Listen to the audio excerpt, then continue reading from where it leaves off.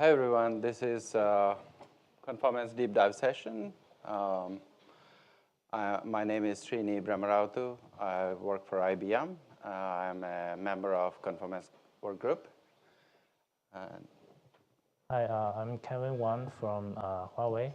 I'm a member of Kubernetes project, and I also work on Huawei's Kubernetes product, and I have done many times around the certification stuff. And today we'll talk about various pain points around submitting your certification, running these the conformance tests. Along with that, we'll also talk about what conformance means and how you promote a test into a conformance test suite so that, at the end of the day, we maintain a set of conformance tests that matters to have conformance among various providers of Kubernetes. So, yeah. So first of all, I will introduce the lessons learned about during my work around running conformance tests.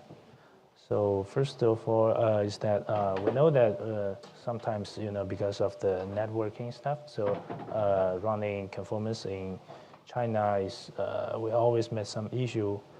One issue is that it takes a long time to run conformance, and we know that from the releases and updates, there are more and more tests right now. So it typically can take up to 3 hours to pass the whole conformance test, even if everything goes fine.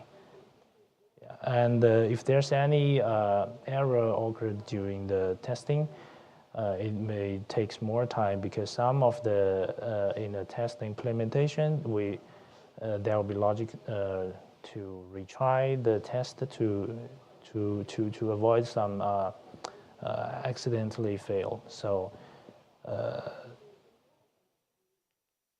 to deal with this issue, one of the possible way to do is that you can run the test parallel for those tests that's not required to be run serial, and then run the serial test serially.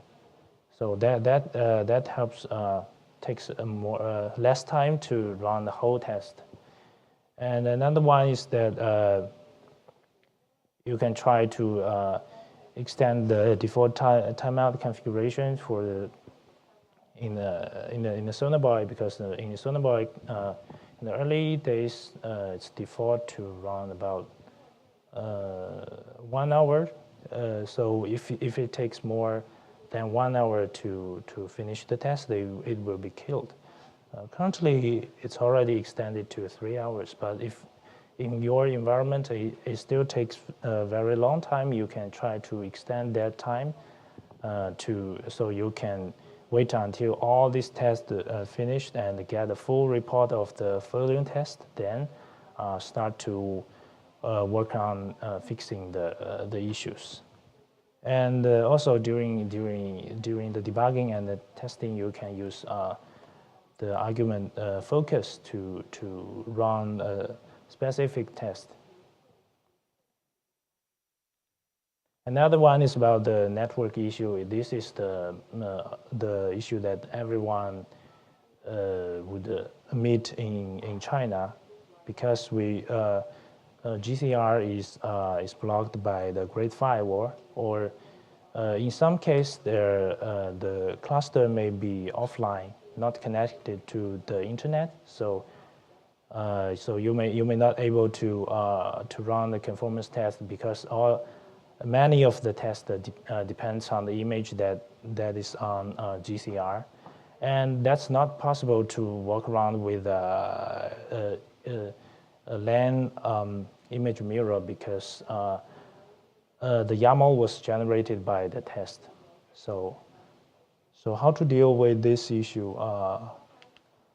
For the cluster that is already able to access internet in China, you can set up VPN but don't forget to configure proxy config on all the nodes to make sure every node could pull image from GCR. But for the cluster that is in a private network, probably you may have to pre-download all the images and send it to the LAN, and then preloading in this cluster on every node. So I wrote a very small tool just to pack all these images that is required in the same one image, and you can create with a daemon set with this command. And in this YAML, it will mount the Docker sock file into the daemon set, and so in that container, the script will access the Docker on the node and load all these images required to the host Docker daemon. Then you can start run all your image because it's already loaded with the original image repository and the tag. So that's all about the most issue we face in China. And if you have any other questions, you can just feel free to reach me after this introduction. All right. Thanks, Kevin. So I'll talk briefly about what conformance tests are. Essentially, conformance tests are nothing but E2E tests. E2E test framework is written in Ginkgo. So you have the describe block, context block, and a set of tests which are under 8 blocks, right? So we try to cover various areas of Kubernetes through E2E tests. Some of those, the subset of the E2E tests are conformance tests. Conformance tests are supposed to cover the functionality aspects, like, for example, pod spec. There can be existing pod spec tests already, or there may be some that are missing gaps. That means you need to write new tests, E2E tests, and promote them into conformance tests. We should also cover API coverage. Like Aaron said yesterday, we have audit logging to trap through API Snoop, whatnot, the tools to trap all the APIs that are called when a test is executed. So we do know what all the APIs that are covered, and we can identify the gaps and add new tests to fix the deficit. There is also code coverage aspect of it. We should also monitor the code coverage, make sure that all the functionality as well as the code is covered. Given this situation, we do not have conformance testing all the functionality. All the code is covered. So the conformance tests keep growing for that reason for every minor release, as well as new functionality that gets added. We should make sure that new conformance tests are added to that new functionality that's added for each of the releases. So some of the coverages of the core features should include things like node, pod, volumes, networking, kube control, security, etc. There are strict criteria for us to measure what should be part of the core, and conformance tests should be written to make sure that all the tests that are written should work on practically all the providers, all platforms. So a conformance test is an existing E2E test that will be changed to a conformance test, or we write a new test, right? So there are certain criteria that we have to look for. The test has to be testing a GA feature. Alpha and beta features should not be included as part of conformance tests because we don't know what the change is going to be once they GA. It should work for all providers and for all architectures. It should not rely on internet. That means if there is any need for you to download any images, that has to be pre-done. And it should not have any special binaries that your kernel requires or your kubelet requires. It should be also stable and consistent. There are tests that are marked flaky today, and they should not be part of the conformance test suite just because there is no guarantee that it would run consistently on all the platforms, on all the cloud providers. So assuming that there is an ETE test already available, there is a process for us to convert that into a conformance test. That is through submitting a PR that will go through SIG architecture approval. And I'll walk you through the process of how that happens. I'll show you in a bit. And we also have a conformance test document that we generate for every minor release. So new tests are added, so the document is changing for every minor release. So we generate one document for every minor release. For example, 1.10 has a document, 1.11 has a document, so on and so forth. That document will list out all the tests that are part of that release. As well as each of those tests, you have a general description of what the test does. So you don't have to go to the code and figure out what the test does. And also a link to the source code so that if at all you need to know more details about the test, you can go into the source code and check what the test is doing. We maintain versioning information along with the test so that if you are running the test, you know when the test was introduced into the conformance test suite. And also, if a test is modified, that will be part of their versioning information along with other documentation we add to the test. So that if something fails, you know, is this test was the same during the entire release from 1.10, 1.11 to 1.12. There are ways we use this document to measure coverage. I'll show you how, because now the metadata we have about the test name tells you that what are all the pod spec tests, what are all the pod tests, what are all different types of tests like volume tests. So you know the functionality that you're testing and you know the gaps by reading through the documentation. And also it helps you in debugging. So. Where is the It's in process. Aaron submitted a PR recently. So. Okay, cool. Yeah, I was thinking, is there an automated Right thing, now, there is no automation to that process. Okay. We are working on that. I have some ideas on that. So for now, it is manually generated, and it's pushed as a PR to the CNCF website. But we talked about having it as part of the release tarball itself so that, you know, it's easier for people to access it locally. I can generate one. I'll show you how to generate one right now. Yeah, that wouldn't make sense. Yeah. So it automatically is right. pushed to the repo. Okay. So most of the things that I talked today, it's all okay.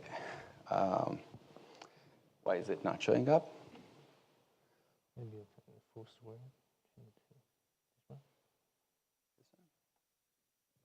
No, that's not.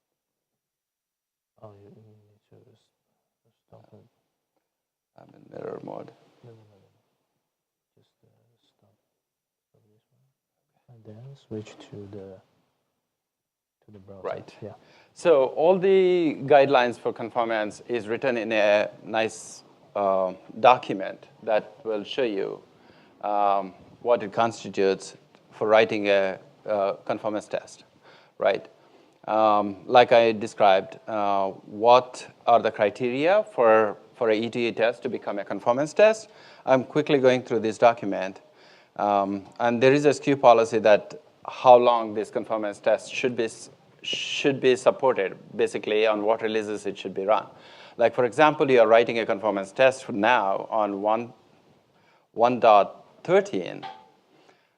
It should be run on the master as well as 1.13 release. Like I said, conformance test is a Ginkgo-based test, so it will be run like an ETE test, except that with the Ginkgo filter, with the conformance tag in there. So that's how you isolate the tests that are run under conformance. So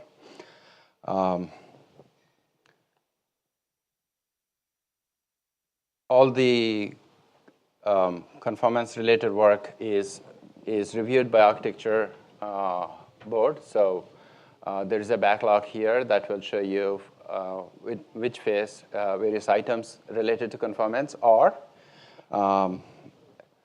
And if you can see if there is an implemented test there, you can see how the code has been changed to make it a conformance test. There is a dashboard, Kubernetes, where you can see what are all the tests that are run as part of the conformance. There are lots of providers out here, GCE, most of them are. You can submit your own conformance test to be part of this dashboard, so you can see your own implementation, whether the conformance is passing or not. There is a process to submit your own conformance test to this dashboard. The process is described out here. Under CNCF conformance website, there is a process for you to get certified, how you submit a PR with your conformance test results. Along with that, the documentation for each of these releases is under here. That's what the question was. There is a document for 111. There is a document for 112 that's missing. We will add that soon.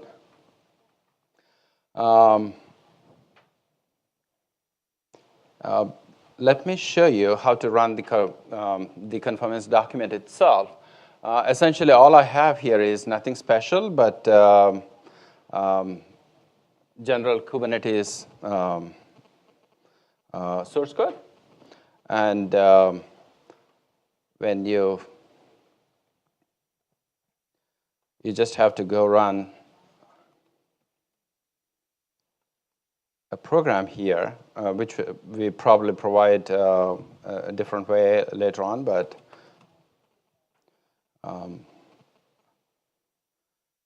say, and it will generate this document I'm talking about for that release, for that source code. I have generated a document already, and the conformance document looks like this. So if you look at this document, as an end user, you have all the information about the conformance test. And based on that keywords there, like scheduler tests, you will be identifying what all the tests that are run in that particular area, so that you don't have to go into the source code, but if you want to really go into the source code, you can click on the test itself, and you can look at the source code itself of the test. As I said, that documentation is part of the test itself.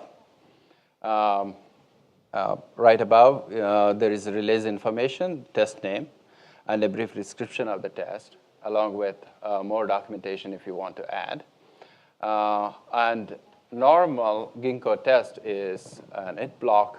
We convert it into a conformance it block so that we can make it a conformance test. Okay, question?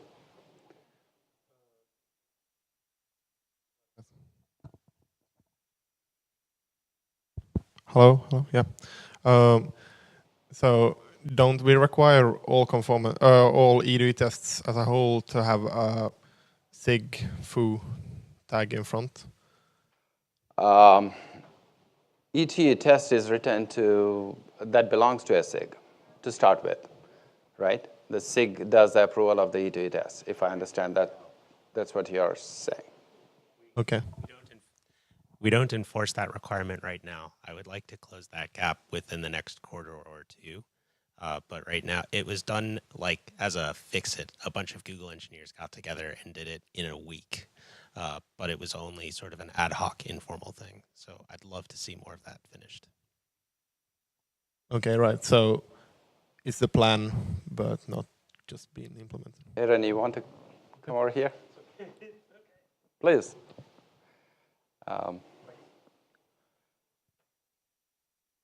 Pretty much, that's all I have to say.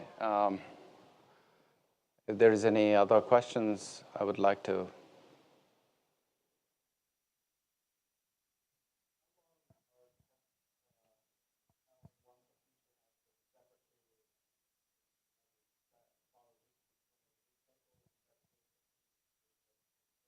Good question. Yes. I'll repeat it for the recording. Just how do deprecation of features within Kubernetes, are they immediately reflected in conformance tests as well? Such that you're always testing with whatever was generated for that release? Aaron, you want to take that in? Or technically, as soon as the deprecation happens, it should go away. I mean, you cannot have a conformance test on a feature that doesn't exist. So we haven't run into that situation yet, though. We did? Okay. It's a good question, yeah. It's not a presentation. This is like a dialogue here, so. Have you found certain things that have driven maybe enhancements in the test framework, like things that were particularly hard to test performance-wise? There are lots of scenarios where it's hard to test conformance-wise, like, yeah. Or is it pretty much just because you're reusing the same end-to-ends? There's no like edge cases that you found? Yes. Think of like running privileged stuff, all that kind of stuff, yeah. There are cases it's hard to run conformance, so.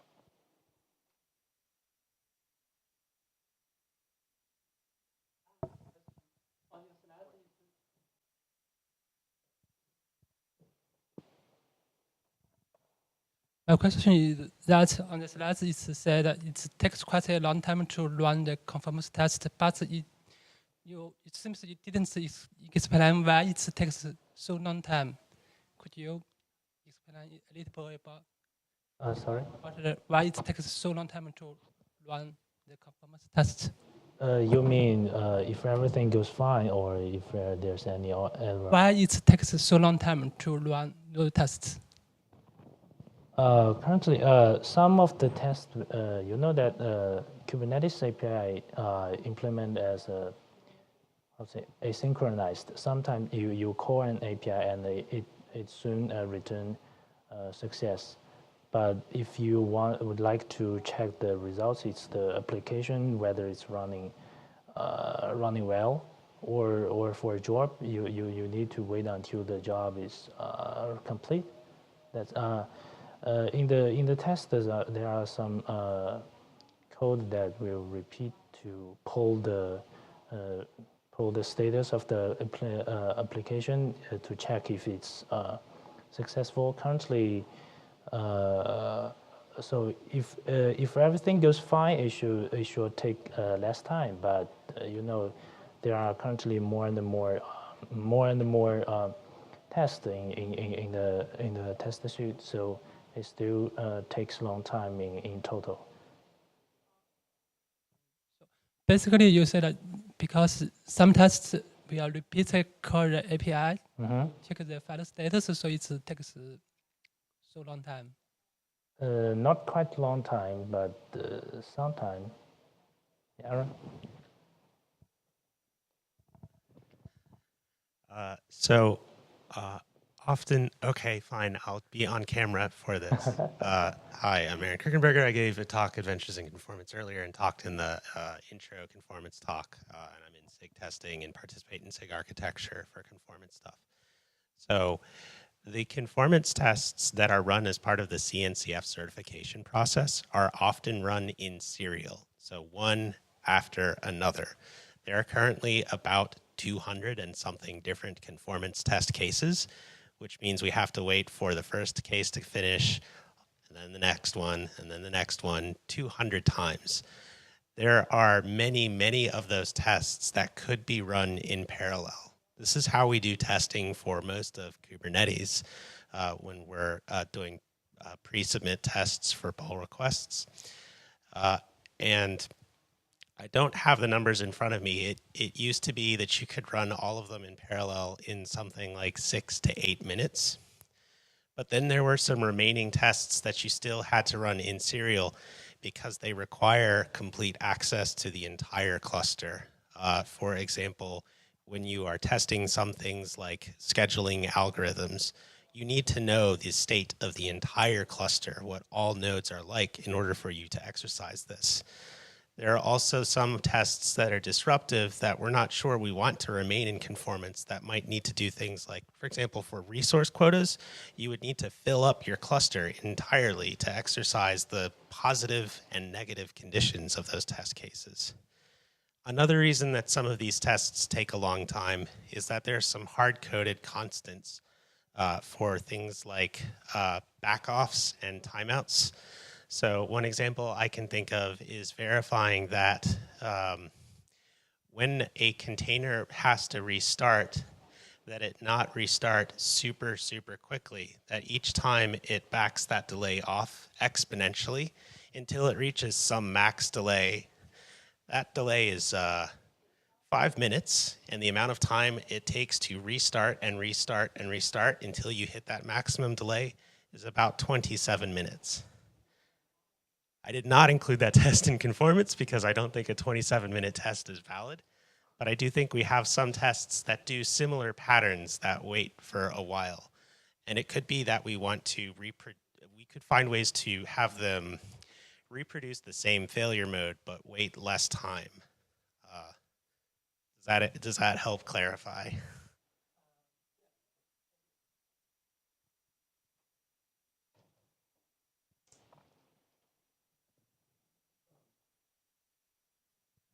Are any performance SLOs from Kubernetes tested in conformance tests, or is that out of scope?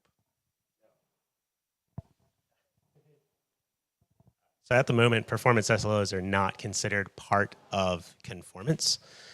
We do have there is discussion ongoing about the idea of optional profiles because conformance is supposed to work for any Kubernetes cluster pretty much everywhere. So it should work from like a bunch of Raspberry Pis all the way up to a massive data center with thousands and thousands of nodes. It could be we're going to find that there are some performance guarantees we want to make, and you'll have to use certain qualified hardware before you can meet those SLOs. And we may say that you have a scalability profile that you could stamp on top of your cluster being conformant, that it's also scalable up to some limit.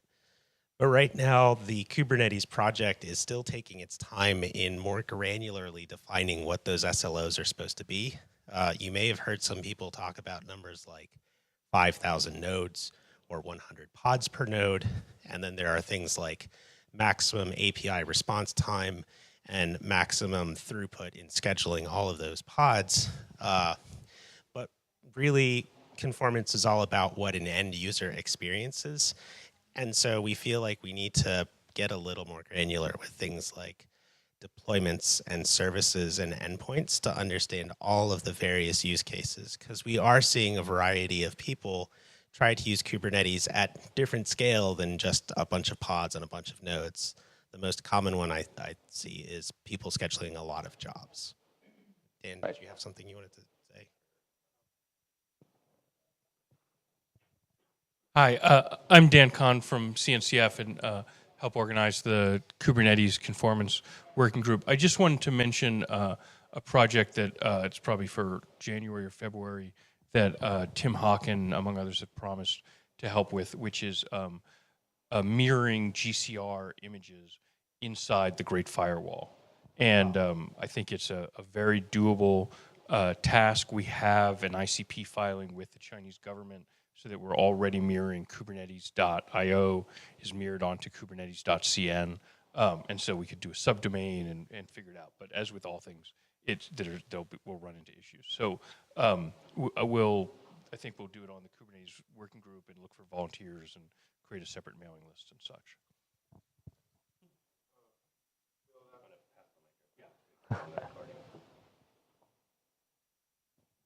So just to clarify, will that mean it's still possible to use case.io, case.gcr.io, or will we use, that is the image prefix we're using now, will it just using some DNS magic work in China to the right place?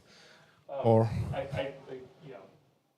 my impression is we can't do it with DNS, so it'll need to be something like K8s-CN dot, and it shouldn't be GCR. It's GCR, it should be the other way anyway. Yeah, rather than GCR.K8s.io, it should be some sort of CN. And what SIG has responsibility for the container registry today and would want to manage this? I love picking random questions. Thanks, guys. I think I would say that the SIG release is probably the SIG best in charge of that. However, given that Google donated $9 million to the CNCF to help run infrastructure, the community has put together a working group to work on that process. And I would imagine the people most actively involved are in that working group. It meets on Wednesdays, but I don't have the time off the top of my head. It is an Asia-friendly time, though. It was intended to work Asia-friendly and European-friendly. So, but SIG release would probably be the SIG that will own that. Probably want a new sub-project. Right. That's it, folks. We are out of time right now. Thanks for joining the session.